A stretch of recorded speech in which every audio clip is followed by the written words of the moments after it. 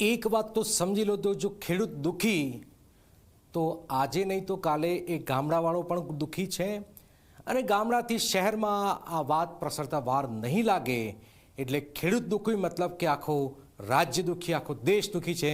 સરકાર સમજી જાય તો સારું છે. કમોસમી વરસાદમાં ખેડૂતોને રડવાનો વારો આવ્યો છે. હજારો હેક્ટર જમીનમાં રહેલો પાક બરબાદ થઈ જતા જ ખેડૂતોના માથે જાણે કે આબ ફાટ્યું છે.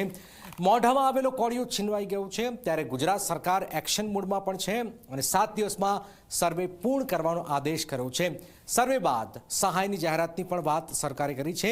ત્યારે સરકાર તરફથી શું નિર્ણય લેવાયો છે? શું સરકાર તાત્કાલિક કોઈ મોટી સહાય આપવાના સંકેત આપી રહી છે? શું થઈ રહ્યું છે? આવો જોઈએ, જાણીએ, સમજીએ.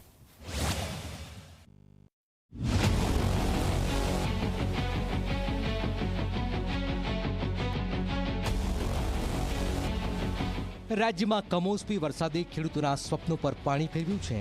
કપાસ, મગફળી, શેરડીના ખેતરોમાં પાકના નુકસાનથી ખેડૂતોના ચહેરા પર ઉદાસીનતા છવાઈ ગઈ છે. જે પાકને નાના બાળકની જેમ ઉછર્યો હતો તે પાક હવે પાણીમાં તણાઈ ગયો છે.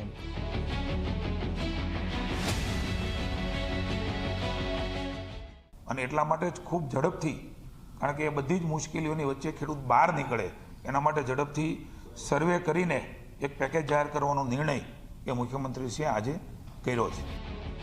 સરકારે પણ સ્વીકાર્યું છે કે કુદરત આ વખતે રૂઠી છે. અમરેલી, સોમનાથ, ભાવનગર, સુરત અને તાપી આ 5 જિલ્લાઓમાં સૌથી વધુ નુકસાન છે. અંદાજે 10 લાખ હેક્ટર વિસ્તારમાં પાક બરબાદ થયો છે.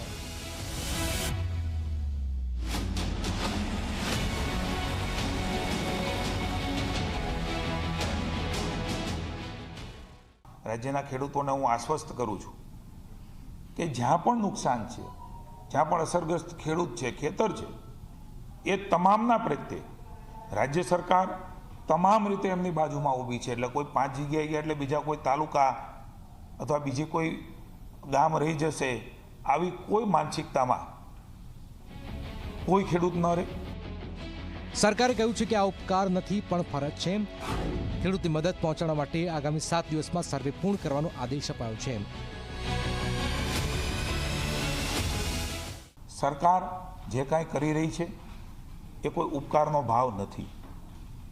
ફરજના ભાગરૂપે જગતનો તાજ ફરી વખત કેવી રીતે બેઠો થાય એના માટેના પ્રયાસો એ સરકાર કર્યાતા કરી રહી છે અને ભવિષ્યમાં પણ કરશે એની હું બાંહેધરી આપું છું. મગફળી, સોયાબીન, તુવેર, ડાંગર, કપાસ કે શેરડી દરેક પાક કુદરતના કહેરમાં સપડાયો છે. ખેડૂત હવે પેકેજની રાહ જોઈ રહ્યો છે. આશા રાખીએ કે સરકારની સહાયથી ફરીથી ખેતરમાં હરિયાળી ફેલાશે. હું ભગવાનને પ્રાર્થના કરું કે આ પ્રકારની મુશ્કેલી ન આવે અને ખેડૂત સૌના સહકારથી, સૌના સહયોગથી, કોઈ એક સરકાર નહીં, ગામમાં અનેક લોકો હોય ને વેપાર કરતા હશે, આપ સૌ છો, સૌ સકારાત્મક રીતે એને સહયોગ આપીને બેઠો કરવાના પ્રયાસના ભાગરૂપે માનનીય મુખ્યમંત્રીશ્રી આ કામગીરીનું નિરીક્ષણ કરીને વિભાગોને આદેશો આપ્યા છે. કુદરત રૂઠી છે પણ આશા હજુ જીવંત છે. ખેડૂતના દિલમાં વિશ્વાસ છે. વરસાદ ભલે ભારે પડ્યો હોય પરંતુ સરકારની મદદથી જીવન ફરીથી હરિયાળું બનશે. કમોસમી વરસાદે ખેતરોને ડૂબાડ્યા પરંતુ ખેડૂતોની હિંમતને નહીં. નુકસાન મોટું છે પરંતુ મનોબળ હજુ અડગ છે. Bureau report, Zee media.